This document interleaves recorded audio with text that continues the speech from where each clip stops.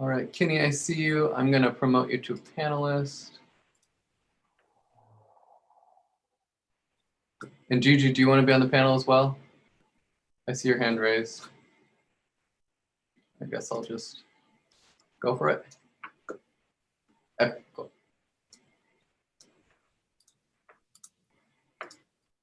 All righty.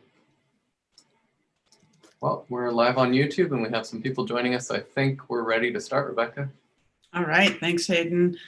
So hi, everybody, and welcome to Dry Eye Happy Hour. I'm Rebecca at the Dry Eye Foundation, and Aiden here, who is running our technical side and is going to be part of the discussion on our fears today. And we've got panelists Michael and Kinney, and did you say Gigi might be joining? All right. So we started the session a little earlier than normal to try to accommodate our friends across the pond. And I apologize for anybody who got the notice very late on this. That was my fault again. So we're in our 4th month of Dry Eye Happy Hour, and it's been a really exciting journey for us here. Today, our session is all about facing our dry eye fears. And I'm going to start with asking Aiden actually to talk about how the idea for this session came together. Yeah, so I think the idea has come up through many conversations through past happy hours. Specifically, I think with conversations between me, Rebecca, and the family of someone who lost a loved one with dry eye. Just have seen many examples recently of how fear and pain and the fear of pain can play a big part in how people are going through a dry eye or how people are just going through their lives.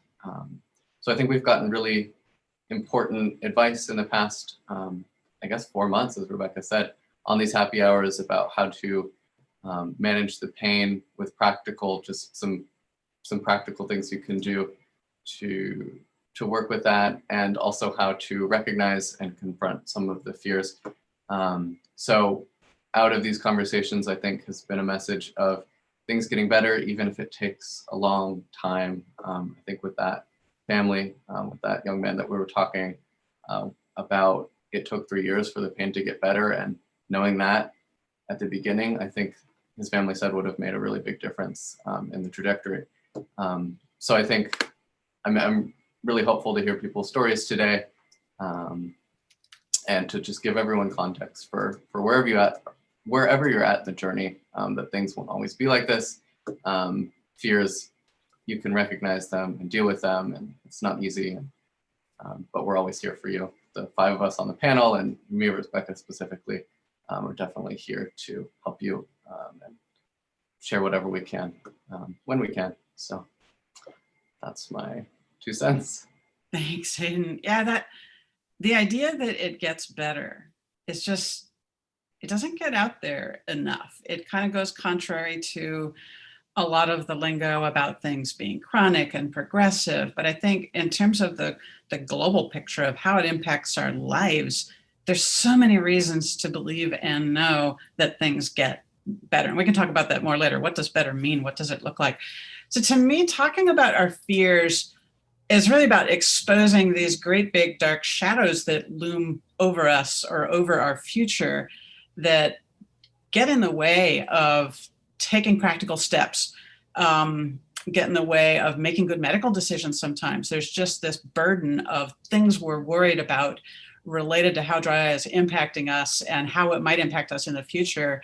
And I think when we can put these into words and talk about them, we can demystify them. We can kind of put our finger on what is it exactly that's weighing me down, and why are there specific things that are making me feel that this thing is maybe going to be worse than it is, and just talking through things that we can do about that. So just for kind of the spectrum of dry eye fears that I think of, I mean, I think there's fear that I won't get better is huge. There's the financial side. There's fear, will I be able to keep working? Will I be able to keep my job? For young people, will I be able to get a job? People that are struggling with dry eye in college. There's vision loss fear. Sometimes for some people with severe corneal diseases, there's more reasons for that, but even those that have no real visible signs of any dramatic eye disease that a doctor would think is sight threatening, we're biologically programmed to fear vision loss, and eye pain triggers that. And just the uncertainty, sometimes there's so many people that go for a long time without a clear diagnosis, and that also plays into fear of vision loss. There's more financial fears. Will I be able to keep my insurance? Will I be able to afford my treatments? There's treatment availability. There's a product that's the only thing that helps me. Is it going to stay on the market? It's been back ordered for 6 months. Is it going to be discontinued? We've had years, decades of issues with product availability for people with dry eye. There's social fears. There's family-related fears. There's just a lot. So we're going to go through some of these today and just pool our knowledge as a community about these. So let's get started. So we have our little happy hour tradition of having our panelists introduce themselves by telling us what state they live in, what they're drinking, how long they've had dry eye and why, if they know, where they're at in their dry eye journey now, and what eye drops they used last. And I think today we've got time for each of you to just, share much as you would like of your story in there when you tell us about your dry eye journey. We've had some happy hours where we have repeat guests, and sometimes they give the truncated version. Michael and Kinney are both new to us here, so we'd love to hear all you've got to share. So just briefly, I'll share about myself. I'm in Washington State. I'm drinking water because it's 10 o'clock in the morning here. I'm not going to go for something stronger yet. I've had dry eye for 19 years, and that started with LASIK eye surgery. Where am I at in my journey right now? I'm generally good. Everything is under control, and life is good and full and happy. My eyes kind of suck. I scored myself on the OSD the night before last, and I was like an 80, and I was just gobsmacked and realized, yeah, my eyes are kind of dragging me down, but they're not interfering with, materially with the things that are important to me, and that's a big deal to me. Eye drops I used last, I haven't used any in a while, mostly because I wear scleral lenses pretty much all my waking hours, so I have a little vial of scleral fill in front of the computer, and I sometimes douse my eyes with that. So I'm going to turn it over to you, Michael. Tell us about yourself. Thanks, Rebecca. Hey, everyone. It's good to be here. So I'm currently located in Berkeley, California. I'm drinking some coffee because it's 10 a.m. You got to have some coffee. I actually just got myself this little coffee maker, so it's been really fun. The lazy way of making coffee. And the last eye drop I've used is I've actually been on autologous serum tears for close to 2 years now. It's one of the few things that's actually helping, but I'll get to that. And I've had dry eye. I just realized this recently. It's coming up on 10 years, which is crazy. So I'm about to hit I think within about 6 months or so, going to be hitting my 10-year anniversary. I got LASIK around when I was 18, and it's been dry since, so post LASIK dry eye. And I suspect I had some borderline dryness prior, and then LASIK just tipped it over the edge. And my journey has been, I think, unfortunately the stereotypical journey with dry eye, which is I tried all the common things that are advised. Those didn't work. Every over-the-counter drop available. And I've tried sclerals, haven't had success with that yet. I was fit with Dr. G a few years ago. Rebecca and I actually just spoke about this the other day. So still working on trying to get myself into some sclerals. I have, the first thing that's really worked in terms of drops has been the autologous serum drops, and those have actually been super helpful. I can feel the difference, meaningful difference between when I started a few years ago and now. And actually relating to fears, and maybe we'll get to this, but that's one thing where I'm like, well, this is helping, but this is also super expensive. How do I keep this going? But yeah, I'm not quite sure exactly what elements of my story to focus on, because obviously it's been a lot, but I think in general where I'm at now is kind of unfortunately overeducated about dry eye, kind of skeptical and have some cynicism about what doctors are going to be able to offer me. Tried a lot of the common remedies and really trying to figure out where I can make improvements on the margins. So I'm playing the small improvement game at this point. And that's been rewarding. I think I've kind of tempered my expectations. I'm not hoping for the big win anymore, but I'm really trying to figure out what are the small things that actually do make a difference that I can handle, and then try to kind of increase those and see where that leads me. So yeah, I think I'll leave it at that. If there's any more specific things you want me to address, feel free. But yeah, thanks.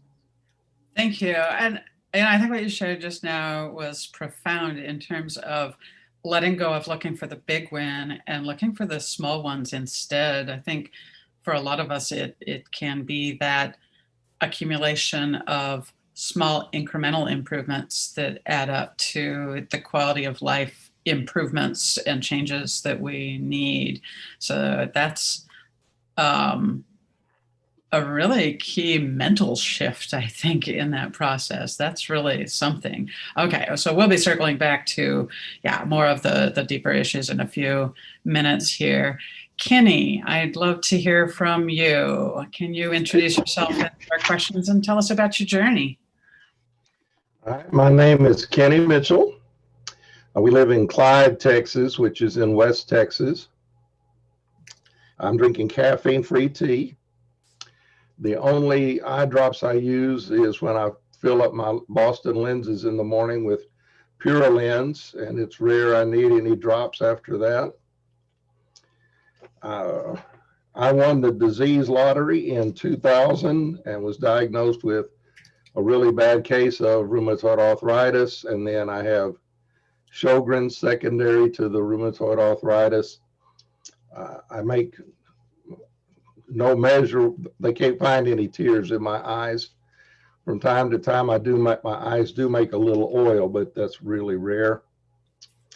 My wife and I have spent 26 years living overseas, so we had to learn how to take care of our medical needs ourselves pretty much.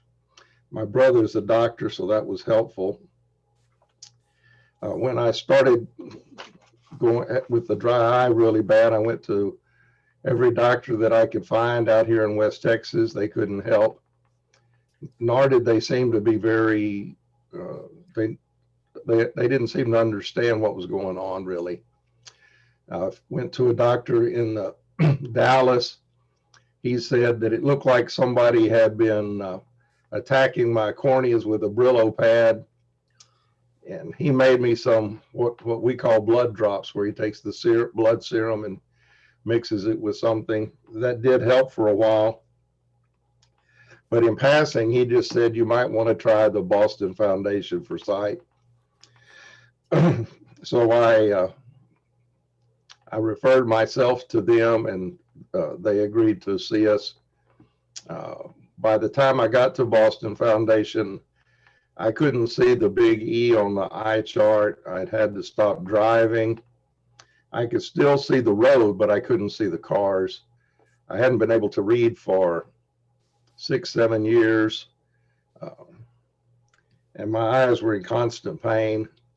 And as soon as they fitted my sclerals, the pain went away.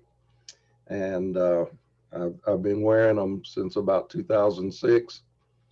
I've been back to Boston 4 times have to get refitted because I had to get my cataracts out.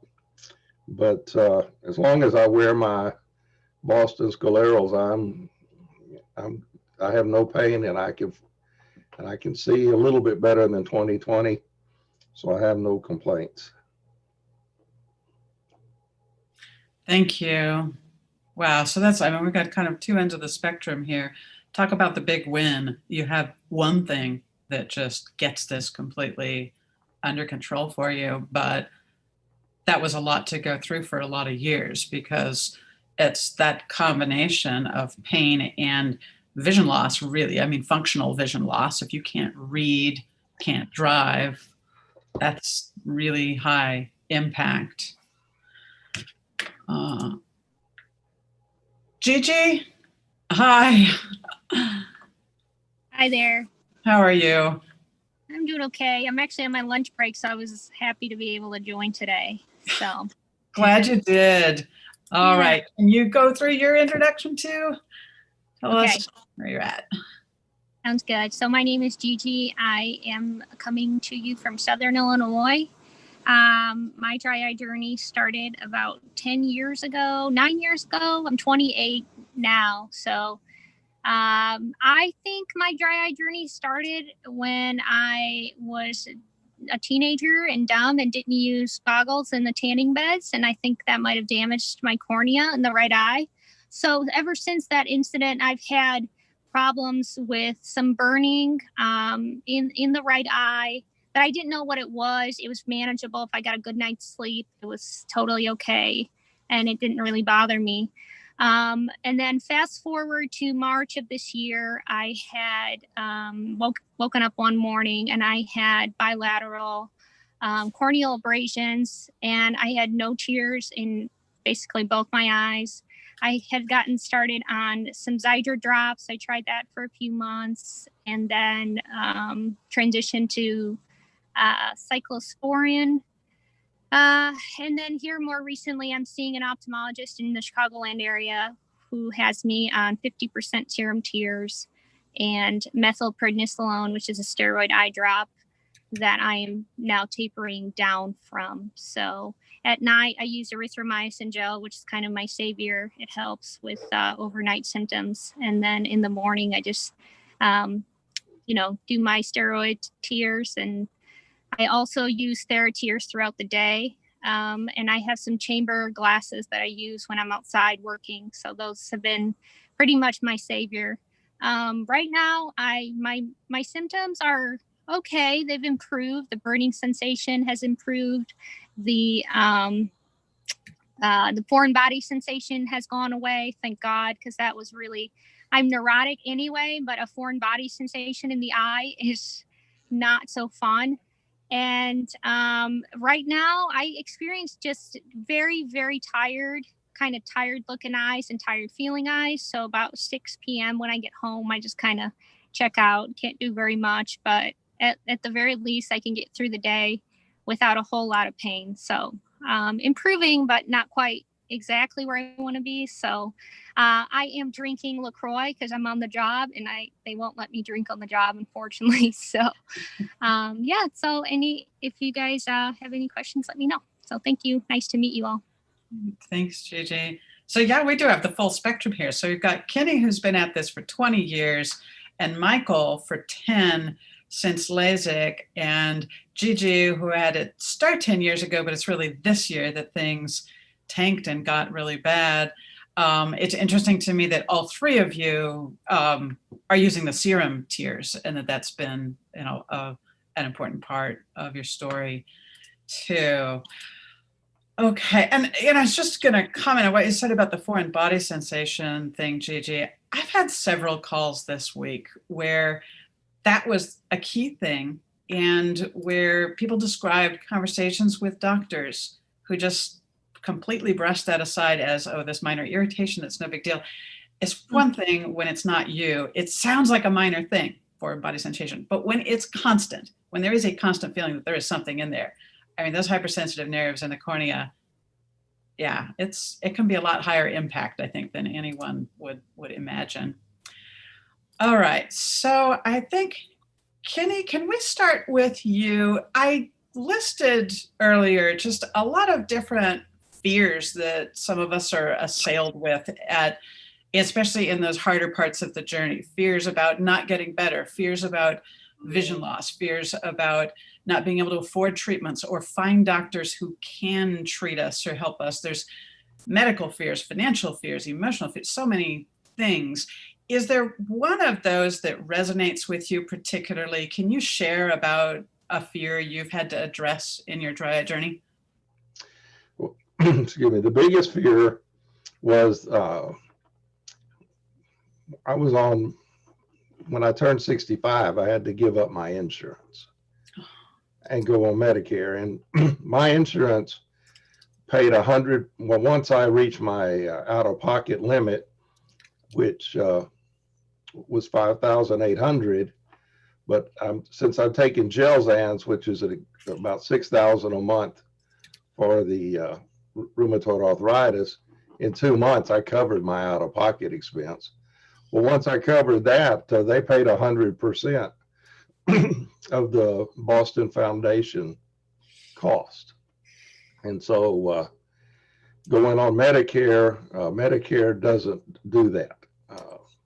I looked into all different types of Medicare because they say there is some Medicare that will pay for the Boston Foundation treatment, and that is true if you live around Boston. But since I live in Texas, I can't get that particular kind of Medicare. So that was my biggest concern. But and then when they stopped making the Unisol, that was a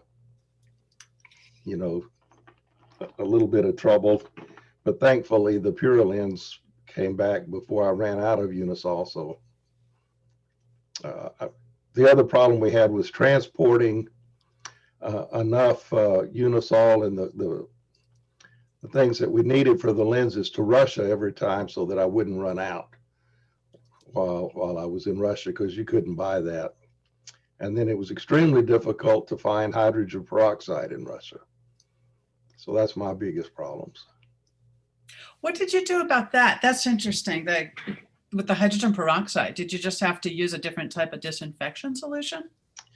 Well, I had one of my students was going to medical school, and she found a connection that we could order some hydrogen peroxide from Moscow. So we eventually, we got a way that we could buy it there. That's awesome. Thank you. Michael, talk to us about one of yours. Yeah, so it's interesting. As I was reflecting on this, I realized that the answer to what my biggest fear is now is kind of different than what it was earlier on in my journey. So earlier, it was definitely probably the what's this going to look like in the future? What if it gets worse flavor? And nowadays, it's more, I think, how is this going to affect my professional life? And in particular, I'm currently in school, and in general, I just really love reading and kind of scholarly type stuff. And it's really what I'm drawn to. And obviously dry eye really puts a hamper on that type of stuff. And like, I actually can't really read currently with my condition, both because I have high order aberrations due to LASIK that haven't been corrected. So my vision isn't great, even when I wear glasses, and because of the dryness.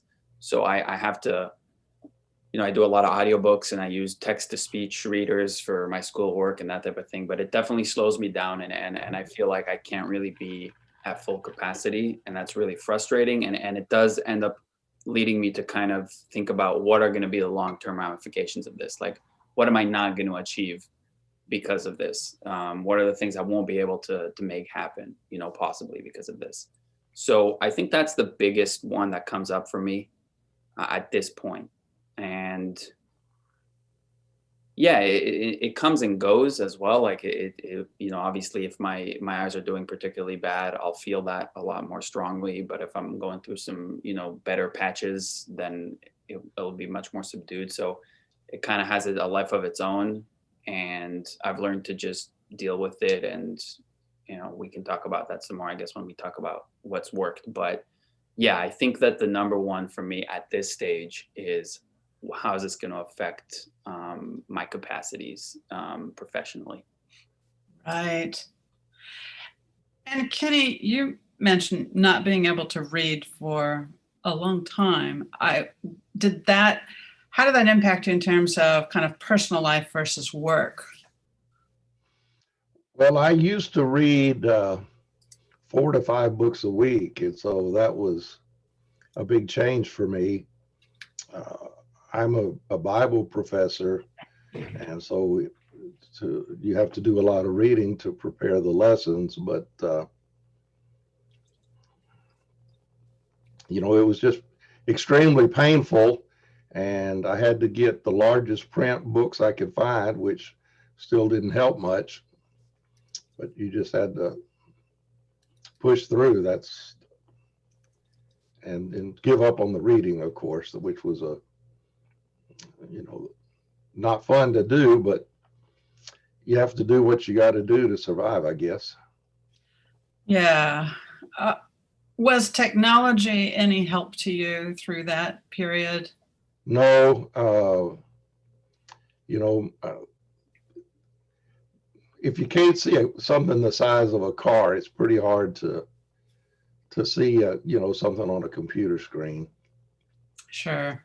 So Just thinking about in some of our other sessions, we've talked a lot about audiobooks. Obviously, not everything's available that way. right. But yeah, the extent to which we can kind of shift into a different gear for reading it just depends on what our needs are too. Yeah, reading has been a thing for me. I've given up a lot of just reading for pleasure that I used to do. And audiobooks have just not been a thing that I've personally been able to get into. I think it's just because I'm an intensely impatient person. I zip through books, stopping to listen. I'm not sure I could slow down that long, but okay. Gigi, I know you've got limited time here, so I probably should have started with you. Pick a fear. Tell us about it. Oh, I've got tons of fears. What I think my main fear as far as dry eye is concerned is how it impacts me emotionally. I think it's one of those things where I don't think like walking around, you know, not very many people have and not very many people understand.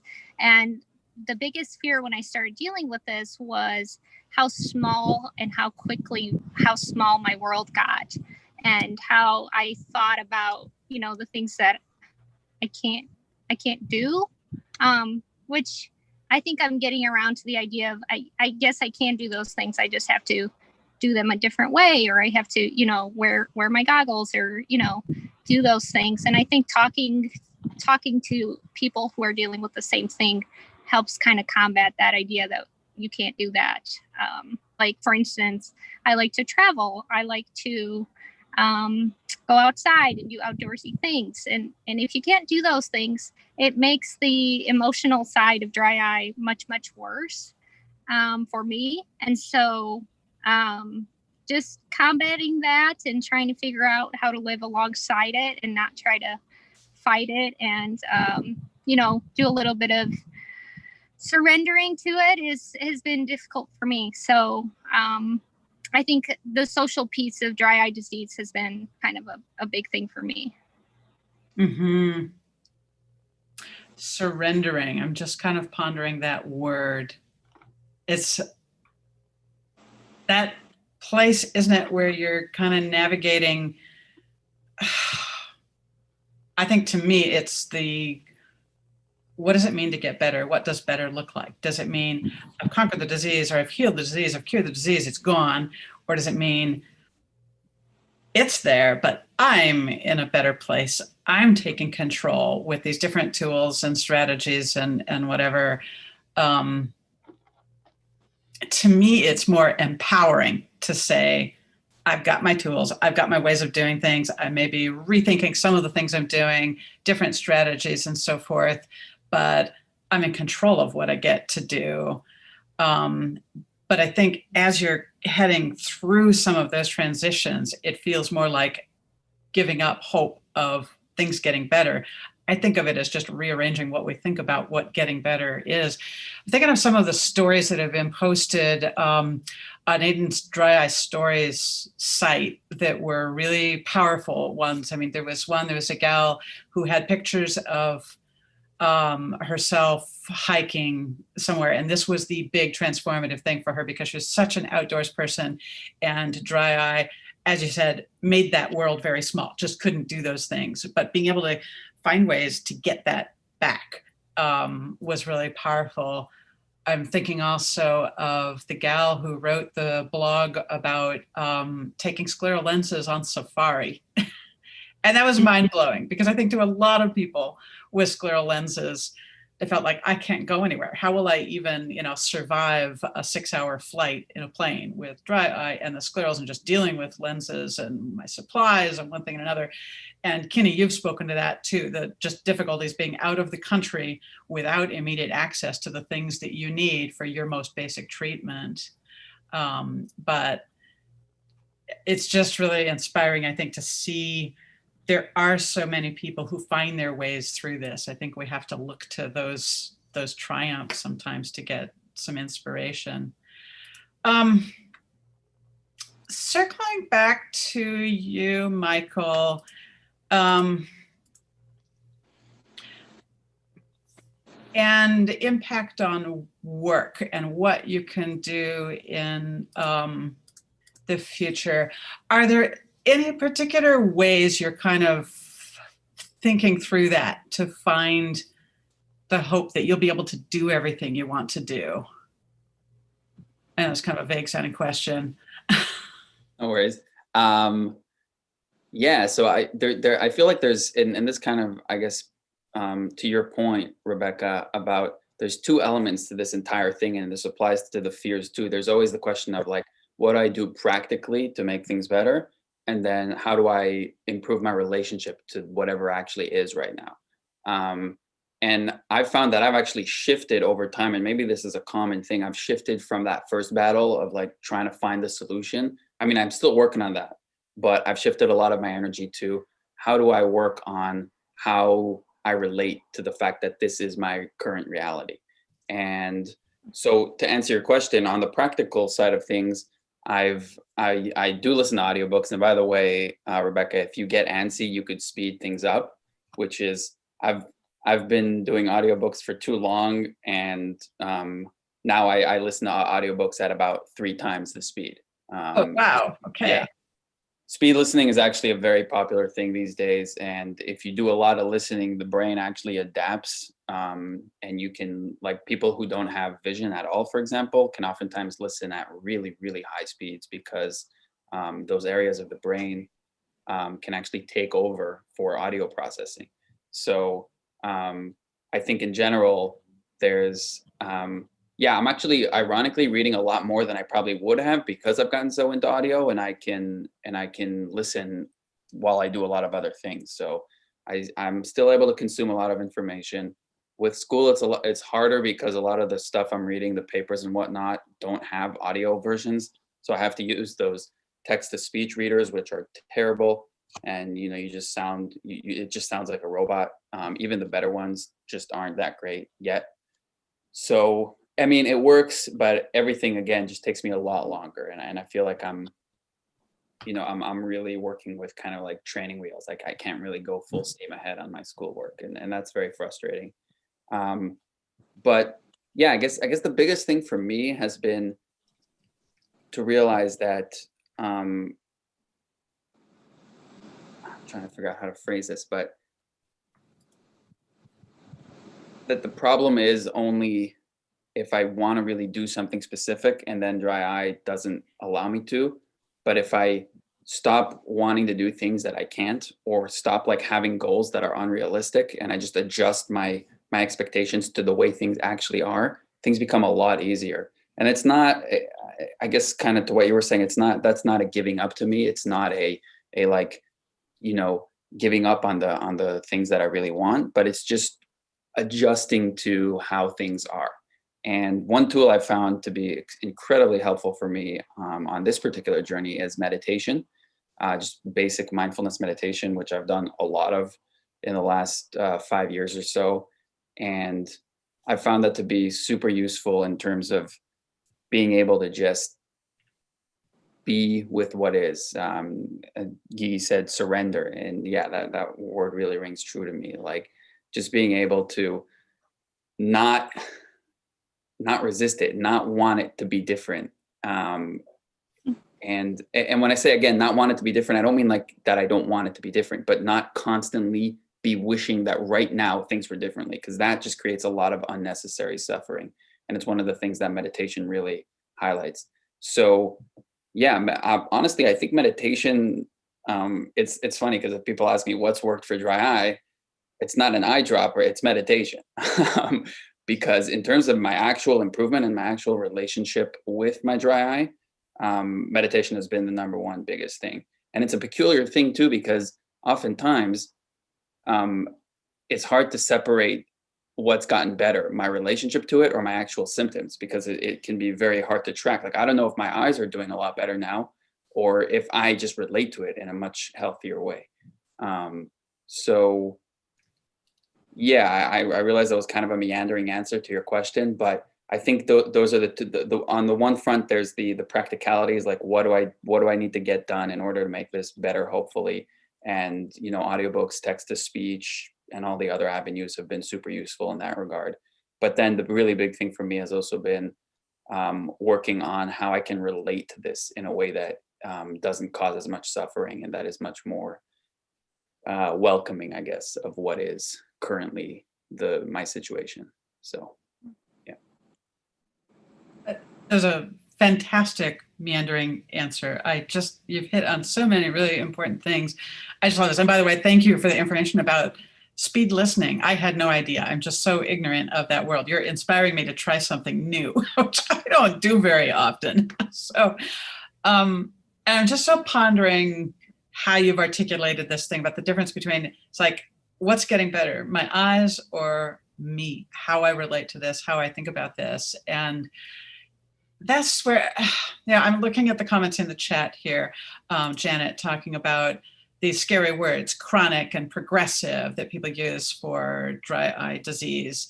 And this is something we've been talking about here at the foundation a lot. I've just been having a lot of conversations about is how these words, chronic and progressive, affect people. And I'm thinking of this in the context of what you're saying, Michael. You go to the doctor and you're having these conversations about dry eye, and these words, it's a chronic disease or it's a progressive disease, get batted around a lot. And it varies because sometimes dryness is coming from a systemic disease. Like in Kinney's case, we got RA and Sjogren's. Sometimes it's all meibomian gland disease or LASIK induced, like yours and mine.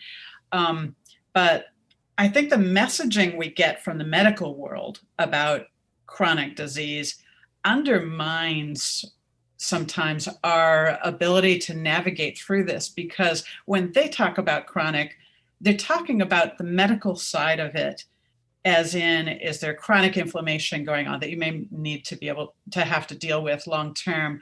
But for us, when we hear those words, you know, our world of dry eye is not staining and low tear production and all that. Our world of dry eye is, how is this impacting my life? What activities is it messing with? What things is it preventing me from doing personally, professionally? What things is it making a lot harder or more painful? And so we hear those words, chronic, and in our heads that gets translated as, I'm going to feel like this forever, or it's going to impact my life the same way forever. Where that's just not true. I think such a key part of our journey is learning to uncouple the disease side from the life impact side, because there really is a lot that we can do to take control over impact on our lives. And we're all in different places medically and in different places with the treatments for the medical side of it.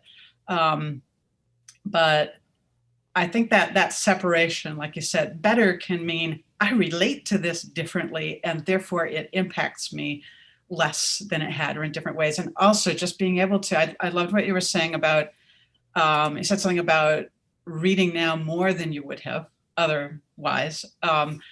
Finding these new things that we're discovering or experiencing that we wouldn't have if we hadn't had to go down this path that, nobody wanted to go down. Let's see. So I'm seeing a note also in the chat about fears about the advancements into the treatments over the years. I'm not quite sure what that's referring to, but I think I would like to shift a little in the conversation to any fears about treatment specifically, about availability of things, or about what's the future going to look like? Will I be able to get the things that I need? Kenny, you touched on the Unisol 4 discontinuation. That was huge. 2016, the year after that was discontinued, when the whole world of scleral lens users started discovering it was gone, our phone rang off the hook for like a year, nonstop, with people panic-stricken because they relied on that for their most basic treatment. And for some, it was a vision thing. For some, it was a pain thing. For some, it was both. It's a huge deal. Any comment, anything any one of you would like to share about just concerns that come up about the future and treatment availability or types of treatments that you may need? Well, when I was diagnosed with rheumatoid arthritis, I went to 2 different doctors, and both of them said that they were willing to carefully document my decline and death, which didn't sound very attractive to me.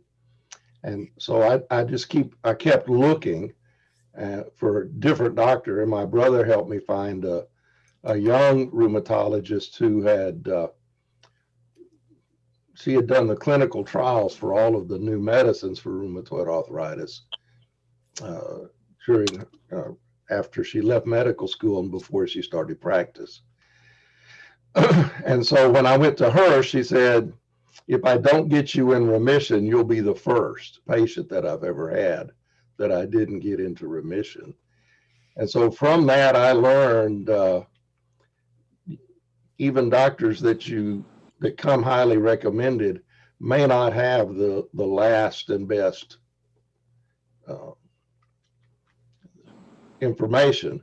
And then with my dry eyes, the same thing until I got in with Boston, and Boston was able to fix me. So just because a person's a doctor doesn't mean they know all that's out there and available to treat people.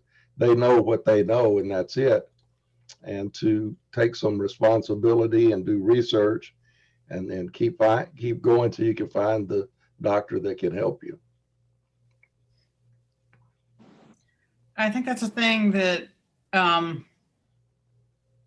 a lot of people struggle with is when they're in the early part of this, especially because it's so common for people to churn through doctor after doctor, trying to get some help for dry eye. Just trying to get an accurate diagnosis can take years and several specialists. I talked to someone earlier this week who was on their 6th cornea specialist, and that's after the optometrist and the general ophthalmologist, right?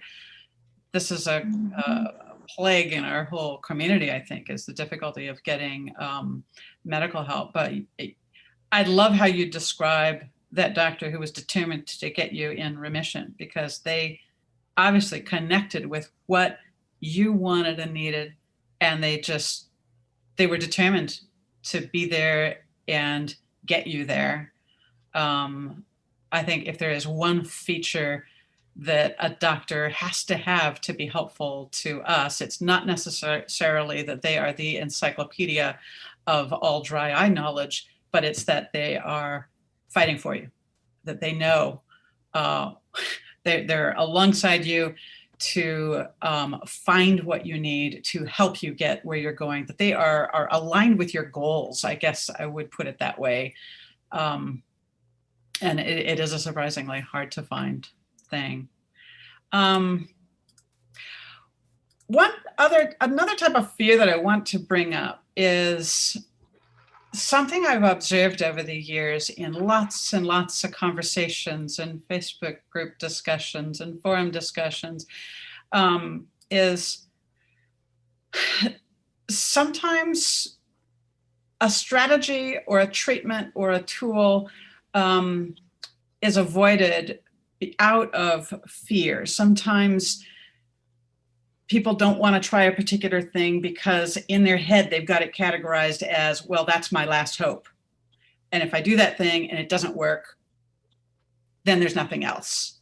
And they're afraid of hitting that point, which I think is so interesting because that's where information can open things up to show you've never really exhausted every option out there. Even if you have checked 100 things off the list, sometimes it's not about checking the thing off the list. Sometimes it's a variation on a theme that you've visited in the past. You know, you checked off serum drops on your list, but you know what? Was it 20%, 50%, 100% blood cord serum? There's just so many variations on the theme where the results may vary, or different things help at different times. I also have observed people avoiding trying something that they have a reason to believe will help, simply because they think it's going to classify them. It's going to somehow be the sign that they gave up and they joined the chronic crowd. I run into this a lot, especially with the idea of moisture chamber glasses. And I mean, if there is one tiny little side benefit to the whole coronavirus thing, it's we're all wearing such funky things on our faces now that people can get away with moisture chamber glasses more easily than before. But what I want to describe is just how it can be this thing of, if I put on the goggles, it means I've given up and I'm on that track. I'm just in this for life. Where my view on it would be, hey, anything that works, let's get the crutches that we need to get us to the next step and get us in more control day to day. Give us some control over being able to do the things that we want to do. Nothing that we try is going to permanently place us in some category or another. Nothing that we try means we've hit the end of the road. Is this something any of you three can relate to? Anything to share on that? Yeah, I that's super relatable, and it's such a specific fear. And I'm actually somewhat in that boat right now because I've tried expensive scleral lenses a few years ago and it didn't work out. I shelled out a bunch of money and I had to fly out to Texas to get it done. It was a whole thing. And it was really I had hoped at the time, I was hoping for the big win, and I thought that was going to be it, and it wasn't. And now I'm revisiting the option of sclerals. And there's definitely a part of me that is kind of apprehensive because I don't want to find out that another version didn't work, because then that kind of means that, well, obviously there's a problem here with my getting into a comfortable scleral fit. Whereas if it's just the one fit, I can always, imagine that there's another scleral out there that's going to work. Whereas if I try two and they don't work, that's a little harder to really, hope for a third option that'll work. So yeah, there's definitely, it's not stopping me. I'm going for it, but it's a fear that's there, and I'm very familiar with it. But there was also another thing you said that was super relatable, that when I think back on my journey, I think the toughest period, without a doubt, the hardest period to get through, and it was rough, was early in the days when I had to make that adjustment between thinking that it was going from thinking that this is a temporary post-LASIK thing that's going to go away because that's what my doctors were telling me, to realizing that, no, actually, this is a long-term thing. I'm probably going to be dealing with this for the rest of my life in one capacity or another. And my symptoms hadn't changed. Like, my symptoms were just what they were. But mentally, being able to make that switch between this is a temporary thing to this is a long-term thing was devastating. And it really took me out for a while. So yeah, those two elements of like, and you're right. Like, at the time I also started wearing moisture chambers because I was working on the computer a lot. And there was something about, like, there's a symbolic element to certain treatments that really seem to signify the chronic element of it. And they don't need to, like you said, they really don't, but for some reason they do. So there's certain points in treatment where you're like, oh, okay, I guess I'm one of the people who does this now. What does that mean about my condition? So it's like these symbolic elements to certain treatments. And I think moisture chambers are one of them. Sclerals are very much like okay, I'm getting scleral lenses for my dry eye. Obviously, this is a long-term thing. So yeah, both elements, the fear about trying something that might not work, and then the adjusting to the fact that this is long-term are very relatable for me personally. Yeah, when you describe that about that shift from this is a temporary problem to this is a long-term problem. I mean, you just told my story, right? I mean, October 2001, New York, I could draw, right, this is 19 years ago, I could draw a picture of the doctor's office I was in and his face from that moment. I mean, it is just stamped on my memory from when I went to this, I was misdiagnosed with something that was definitely a short-term treatable thing. And then this guy nonchalantly looked at me point blank and said, no, that's not going on. You have thus and such a problem. And this was mostly vision related that we were talking about. And there's no technology that can fix you. So you're gonna have to deal with it until better technology comes around. Here's some things you can limp along with in the meantime. And that was a quantum shift. It's yeah, a lot to deal with. So for me at that time, making that shift, the only way for me to deal was simply to acknowledge I can't look at the long-term picture of this, and I actually don't have to.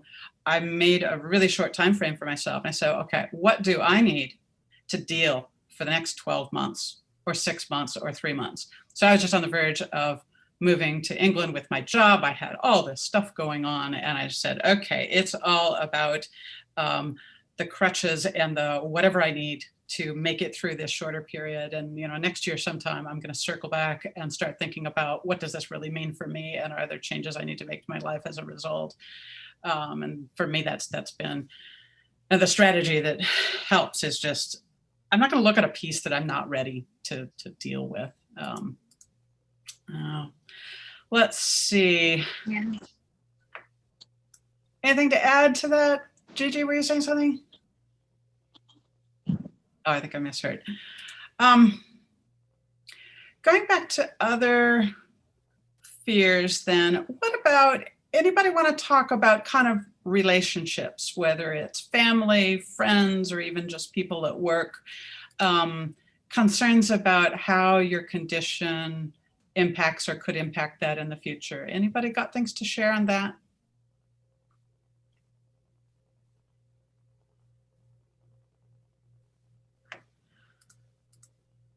All right, well, let's find something else then. I know another area that people struggle with is, we've talked about the difficulty of finding doctors that help. Well, what about when you get a doctor that does?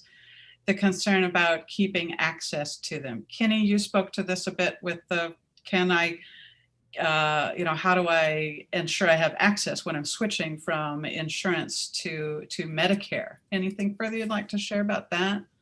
Well, last fall, before I had to go to Medicare, my wife and I went to Boston and we talked to them about this question.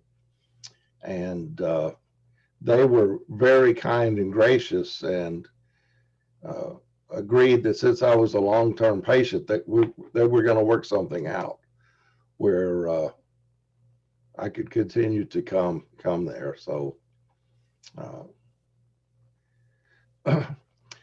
it's not really our topic, but it sort of is. One of the things my brother told me that when you see in the medical field lots of different treatments for a specific disease, that's telling you that the medical community doesn't, they haven't found the best yet. And so that was one of my things about switching from what the Boston Prose lens to just plain sclerals. There's lots and lots of different kinds of scleral lenses. And if one was truly better, then the others would have lost out in the competition. And so from what I understand, the Boston Prose lenses are different than just plain sclerals. And I asked Boston about switching to sclerals from my Prose lenses, and they highly recommended I don't do it because they said I won't be satisfied. That's a really interesting point with the sclerals. The world has just changed so much since you and I were fitted. You and I were both fitted at Boston site around the same time, about 15 years ago. back then, that was almost the only place you could do it. There were a handful of specialist optometrists around the country fitting some sort of sclerals, but Boston Sight was the main place, especially for people with ocular surface disease. If it was vision related, there were other doctors fitting for like keratoconus. But then over the last several years, the scleral lens market has just sort of exploded, and everybody everywhere is fitting some kind of scleral lenses. To me, it's more about the provider than even the lens technology. There are some lens technologies that are absolute tops and necessary for people with the more complicated situations. And I'm one of the people with a little bit more complicated situation visually. But when you get a provider with masses of experience dealing with this, they are naturally going to gravitate to the best technologies anyway. So I just think it's so much about the provider. And it is great, though, that some of those technologies are improving to where we're seeing some kind of maybe somewhat less sophisticated lenses, but that are sophisticated enough for more people with complex disease that they can get better access locally, because not everybody can make it to Boston Sight or one of their affiliate clinics. There's more options out there, which is good. I hate to see people give up on and say sclerals don't work because they've tried one or two different kinds, when there are others out there that at least for me have provided complete relief and help. I think that one of the difficult things with scleral lenses, and this kind of speaks again to the fears when trying additional treatments, is there's so much investment each time. There's money, there's time, and there's emotional investment. I mean, it's costly to go through that. I think that you spoke to this, Michael, too. It's you don't know until you're there if you're going to get there with it, and you pour all that into it, and there's the fear of, what if it doesn't work out? What does that mean? What does it mean about me? Does it mean there's another one out there? I do know many people that have gone through 4 or more types of sclerals, and in the end they got there. But how do you know when you're on your first or second one, and if it doesn't seem like the doctor has any further hope for you, how do you know to press on? I mean, I think that's where you were a real example there, Kenny, of just really advocating for yourself nonstop until you got there. And I think you mentioned, maybe not today, but when we talked before, that even getting that someone to tell you about Boston Sight, they didn't even give you a referral there. You had to make that happen by yourself. And that's how that came. But that must have felt a lot like going out on a limb, flying out to Boston from there without even a local doctor saying, yep, this is the thing that's going to help you. Well, I just saw it as they were willing to try, and I figured it couldn't get worse. So, I really didn't think anything about it. Particularly after my experience with the first 2 rheumatologists and then going to the third, I just figured, maybe these people know something that these others didn't. Right. I mean, that was a dramatic difference between the ones that were there to basically just follow you along versus someone who was determined to fight for you and get you into their place. Yeah, that would bring more hope that you could find someone like that in ophthalmology who could do that for you, for your eyes. Right. All right, we are an hour in. At this point, I'd like to see, Aiden, do we have anybody who is interested in getting added, having their audio and video turn on to just join in the conversation? Sure. Oh, I saw some. Oh, Gigi's back. Sorry, Gigi. And then, oh, you may have seen some new comments in the chat, Rebecca. I don't know if you want to address. Oh, right. Thank you. Yeah, but we're getting some new things. Saying from Janet, fear that we will not get the most recent information in the UK. Scleral lenses are not really known widely. How to get the evidence which eye consultant will validate and look further? Yeah. I talked to a lot of people in the UK about scleral lenses, and there is limited availability. I mean, especially of the kind of more sophisticated technologies that some of us need to be able to get a comfortable fit. And have a lot of those conversations about, is it better to just fly to the States and save up and bite the bullet and do it? And while for some that can be the solution, when it's possible to get something locally, it's just so much better to be able to have that local support for it. I'm wondering, does Janet want to be turned She's on. off? Oh, I see. Got it. So we have Gigi back. Hi again, Gigi. Okay. Let's see. I'm going to start with you, Michael, and ask, I mean, you've been at this 10 years. Is there anything you would tell your younger self? What advice would you give? Is there something you feel like you would have managed differently if you had known differently back then? Or at some harder stage in the journey? Yeah, that's such a great question. I'm sorry, I didn't give you any warning about that one. No worries.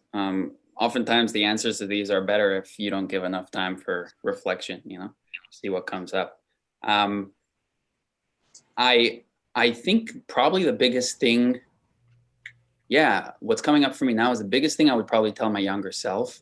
And what's coming up for me is that period that I mentioned earlier, because that was definitely the hardest period emotionally, was the period where I had to adjust to the fact that it's chronic. And I think what I would tell my younger self is not to believe everything I think. That would probably be the one thing, because I was causing myself such torment, such agonizing torment by creating these imaginary scenarios in my head, projecting forward 10 years or something, and having some vision of how terribly it ends up, and then believing that, and then suffering. So I think what I would tell my younger self is, like, ask yourself the question, is this true? Is this true? Just because it's a thought, it doesn't make it real. And I think that's one of the biggest things that's changed for me, and that's really helped my relationship around dry eye, is just not to kind of have a skeptical attitude towards these catastrophizing type thinking patterns, and to take them with a grain of salt or two or three. And so I think the advice to my younger self would be, don't take your thinking patterns too seriously. You don't know, I guess, is like the flip side of that, is like, there's so much uncertainty around all this. And, we oftentimes focus on the negative side of uncertainty. I find, like, oh, well, I don't know how bad it could get, but uncertainty is just what it is. It's uncertainty. So there's no knowing where all of this is going to go. And I think I would try to instill a healthy dose of that in my younger self, which is just like, take it day by day. And don't try to predict what it's going to look like in 5, 10, 15 years from now. Wow, I love that. I like your phrasing, that just not to believe everything I think, leaving the door open to question the validity of some of these assumptions. And some of these assumptions are hard to shake, because we may be surrounded with negative messaging from the doctor's office, chronic, progressive, et cetera, which makes you think that your experience of today is going to go on and get worse. From that to then the social media context too, the groups and the forums and things, when you got a lot of people congregating in one place that are all struggling in some degree or another, it's really hard not to feel that this is the reality, that nobody gets better. But you have to question that too, and ask yourself, why is everyone here in these groups? It's because they have a problem at this time. What about all those people that get better and go away? They're not here. When they're invisible, they just don't seem to exist. But yeah, you have to be able to step back and question that. I think that it's that trajectory of the future that can drag us down so much. It's looking out, projecting out, just as you were saying, how I feel now, what is that going to look like 5, 10, 15 years out? And that is what becomes so crushing in the worst phases, is when you believe that the suffering of today will be the same out there. And that's, to me, that's one of the things I've been the most thrilled with some of our dry happy hour sessions, because there's a lot of us who have been living with this for a long time. And maybe the condition is not that different right now than it was some years ago, but yet our lives are. We're in a different place, or like you're describing with the meditation and things, just seeing things very, very differently. So it is a false picture to take today's experience of it and say that's what it's going to be like, or worse out in the future. We don't know that. And I love that articulation of uncertainty means there's a possibility things could actually be quite a lot better than you're thinking. We get to explore that, what that means. That's great. Kenny, what advice would you share with anyone in our group here, or others who maybe are now where you were when you were struggling in those first years of the RA and the Sjogren's? To don't give up hope. And, you know, to me, if you're really suffering, my advice is just go to Boston, whatever it takes to get there. I mean, you know, people say it's too far. We travel from Russia to get there. So, I mean, there's probably not anybody that's traveled any farther than we did to get there. And we had to make a lot of sacrifices, but the sacrifices were worth it.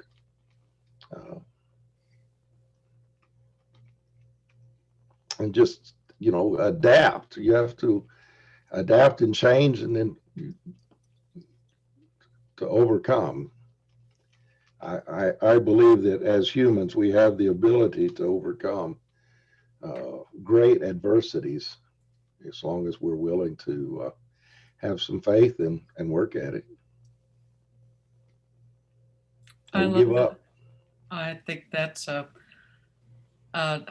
terrific assessment to start wrapping up here on. We have the ability to overcome. We need to not give up. We find our way through this. Thank you so much, both of you, for sharing today. I think this has been really awesome. I've personally taken away some really great things from the conversations. Doesn't look like we have anyone else who wants to. We did have practical suggestions and protective measures. Oh, I see. Let's see. Can you give us your practical suggestions for daily routines of dry eye and protective measures? Let's see. Michael, anything to share there? Yeah, I think probably the most useful thing I can say on this, and maybe I'll frustrate the questioner, but in terms of like actual suggestions, it's really tricky because, again, there's so many things out there, and some things work for some people and others work for others. So it wouldn't really make sense for me to say what's worked for me. But I think there is one attitude that this actually also kind of answers the previous question, something I would tell my younger self, and that I would definitely suggest to anyone starting out on this journey, is not to be afraid to stop doing what's not working. And I think probably, I mean, I got stuck in this for years, and it's probably super common. I mean, Rebecca, you might be able to comment on this, but there's this tendency to just start doing everything that anyone's ever recommended for dry eye, and then continue to do it because, you know, maybe it's helping. And then what happens is first of all, it's really hard to then try to figure out what's working and what isn't, because there's just an overload of options. And also it can become expensive and super tedious, and all the other, you know, downsides to having such a really, really heavy treatment regimen. So I think the biggest thing, which is not exactly what's being asked, but what I'm offering is to, you know, try whatever you think might be helpful, but also don't be afraid to stop doing it if it doesn't feel like it's doing much. So being able to cut things out is actually a really big part of this, in my opinion. And then really honing in on the few things that do work and sticking to that, and not having a bloated regimen that is unnecessarily, cumbersome for just because. Yeah. Well, I think you just added another fear to the list that's a really key one. The fear that if I stop doing something, I get worse. I mean, that was a huge thing. I think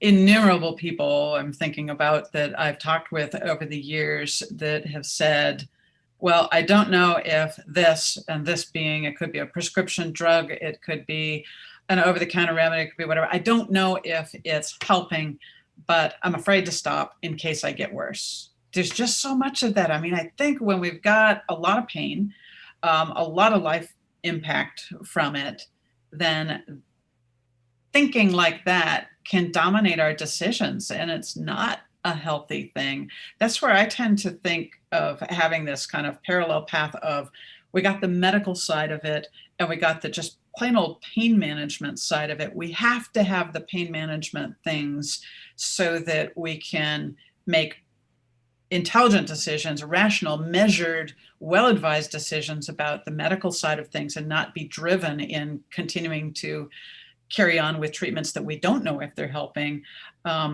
or conversely, not continue with the treatment just because we're not feeling better.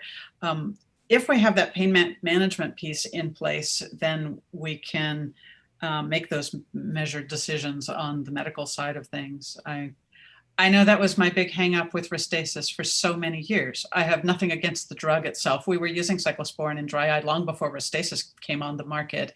It has a role, the whole cyclosporin thing, but once it was on the market and it was the only FDA approved drug out there and everyone was put on it, and then it becomes one of the 23 things you're using, and then, well, I don't know what's helping, but somehow this combination of 23 things seems to be helping. Therefore, I better not drop one of them in case I get worse. That's where, I mean, I think it's no secret that I'm a huge fan of moisture chamber glasses, which unfortunately don't do for everyone what they need. But for a large proportion of people, moisture chamber glasses can get their pain down to a manageable level.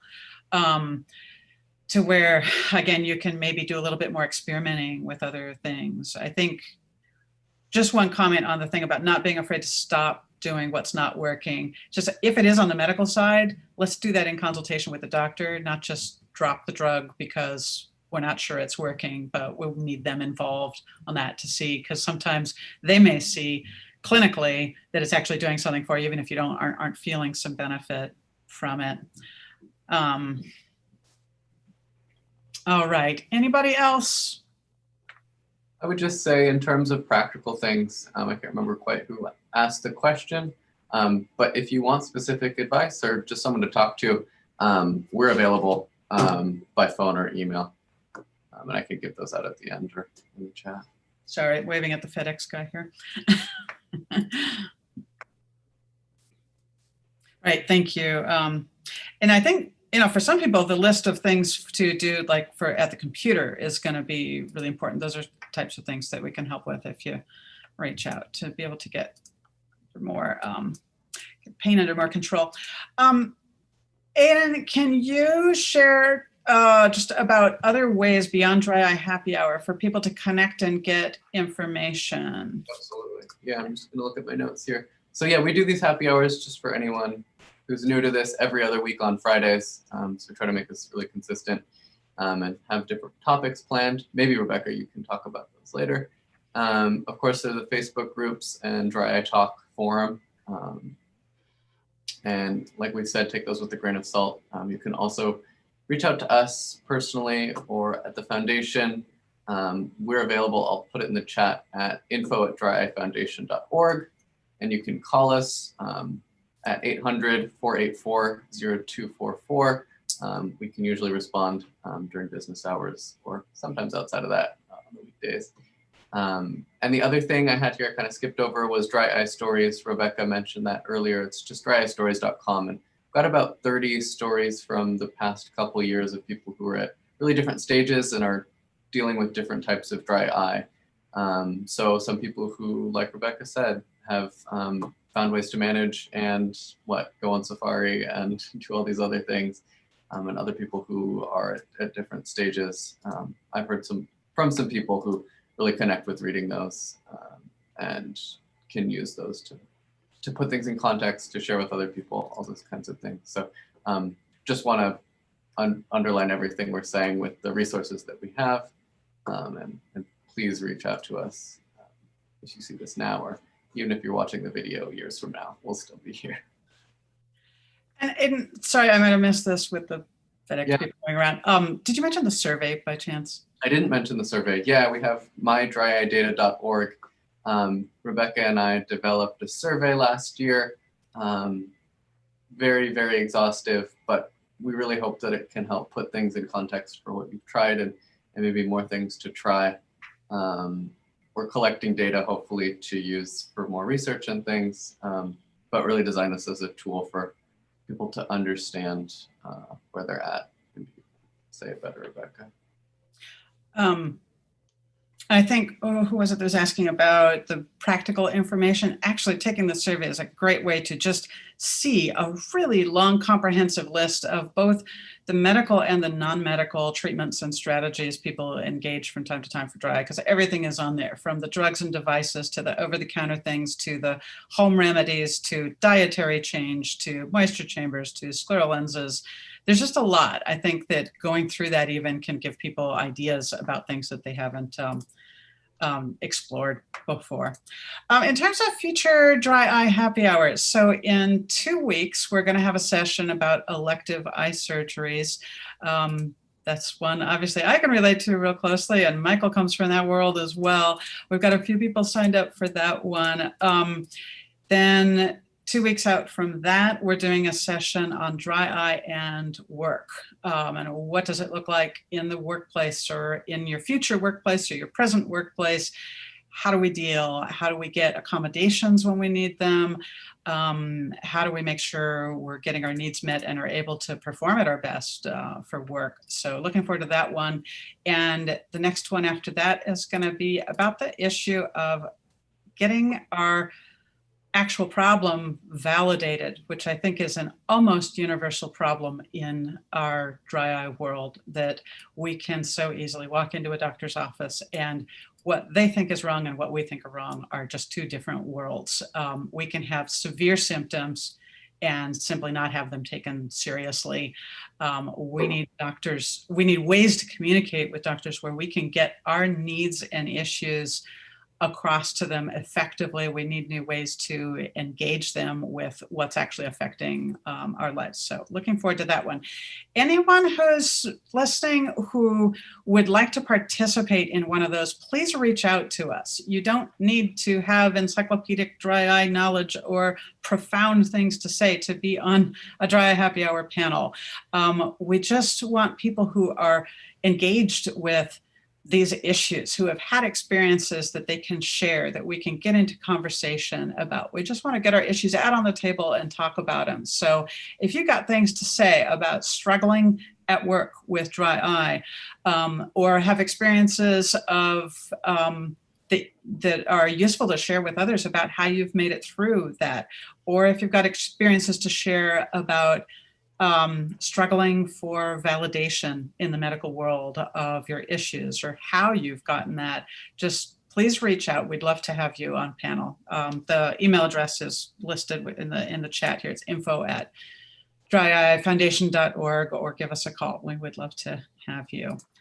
All right, I think we're going to wrap it up there. Michael and Kenny, thank you so much for being part of this. Really, really enjoyed hearing from you. Aidan, thank you, and we will see you all next time. All right. Take care, everyone.